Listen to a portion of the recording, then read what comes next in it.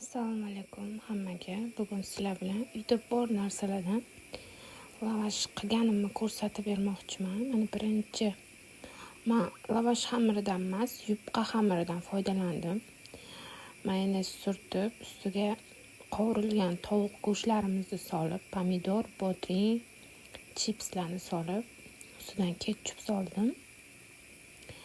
Keyin sal yupqa xamiri yuqali qilar ekan lavashga, lekin uyda borini yo'qdan bor qilib tayyorlashga harakat qildim. Birinchi marta uyda lavash qilib ko'ryapman, o'shaning uchun lavash xamiri emas, birinchi yupqa xamiridan qilib ko'rdim. Agar o'xshasa, keyingi safar lavash xamiridan foydalanaman deb.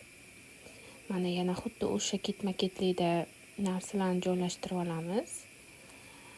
Bunisiga menimcha ketchup solmagan edim. To'g'ri, ketchup solmadim.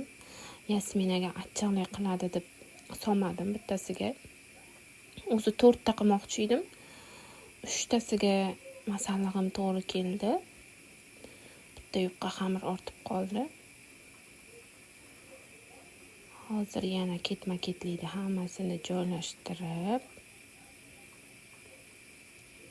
men uyda bor narsalardan foydalandim. Pomidor, bodring. Agar sizlar xohishga ko'ra salat bargi, yana sho'r bodring, yana shunga o'xshash o'zingizlarning tabiiylarga qarab mahsulotlar solsanglar bo'ladi. Men qiziqishga qilib ko'rdim. Birinchisiga yaxshi zo'r chiqdi ta'mi, o'zimga yoqdi.